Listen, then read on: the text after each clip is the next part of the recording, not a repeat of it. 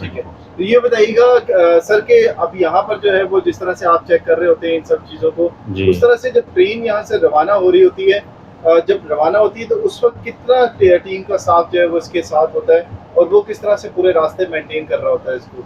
इसके साथ जो है ना, जो लॉन्ग रूट पे चलती हैं गाड़ियाँ, जैसे पिंडी से कराची जाती हैं, उसके साथ 2 बंदे मस्ट होते हैं, जो हैं एसी की मॉनिटरिंग के लिए होते हैं, एसी को कंट्रोल करना, फिर लाइट्स फैन पोजीशन होती है, जैसे इकॉनमी कोचेज़ हैं उनकी मॉनिटरिंग होती है, जो पैसेंजर की कोई शिकायत होती है उसको अटेंड करना होता है।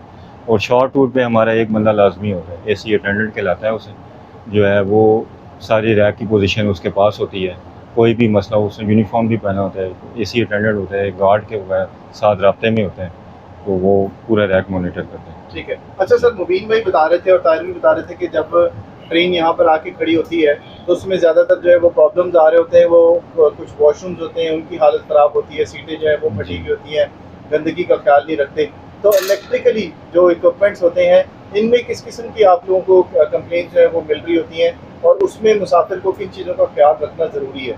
हमारे पास तो सबसे ज़्यादा कंप्लेन होती है गर्मी में एसी की। एसी का जो है वो हम टॉप प्रायोरिटी पे कंप्लेन अटेंड होती है।